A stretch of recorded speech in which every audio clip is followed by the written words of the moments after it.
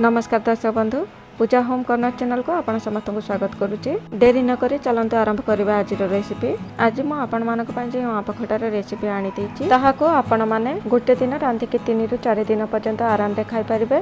प्रथमे आपण गैस रे गोटे कड़ाई रे पानी गरम करि नेबे। पानी फुटी आसिले सेथिरे स्वाद अनुसार लूण और हळदी गुंड पकई नेबे। तापरे सेथिरे काटिकी रेडी करथिबा आंब सब को पकई देबे।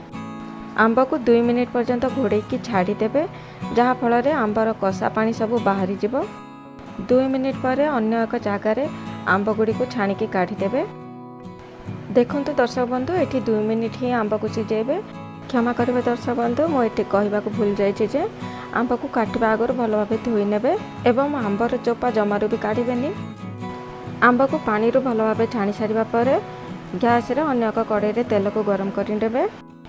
तेल गरम हो आसिले सेथिरे 5 फुटण, शुखिला लंका और भृषंग पत्र को पकई देबे। तापरे सेथिरे अल्प हेंगु पकई दे भल भाबे भाजी नेबे। मु आपण समस्तको आगरु भी कहिछि, फुटण रे आपण अल्प हेंगु यूज कले खाद्यर बास्ना सहित टेस्ट मध्ये बहुत बढ़िया आसी थाए। फुटण भल भाबे भाजी हो सारे सेथिरे आपण चीनी किंबा गुड़ को ऐड कर नेबे। मु एठी गोटे बोल गुड़ यूज करिछि आ गुड़ को भांगी के भल भाबे गुंड करि नेछि।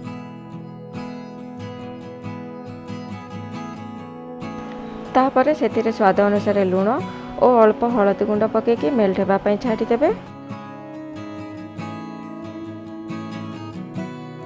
आपण एठी देखि पारुथबे गुड़ भल भाबे मेल्ट हेई सारिछि। तापरे आपण माने सेथिरे अल्प पानी ऐड करि दे भल भाबे मिसई नेबे। गुड़ और पानी की भल भाबे मिसई सारिबा परे 1 मिनिट पर्यंत फुटिबा पई छाड़ी देबे। देखंतु गुड़ एठी फुटी आसिलानी एवं तार कलर मध्ये बहुत सुंदर आसीछि।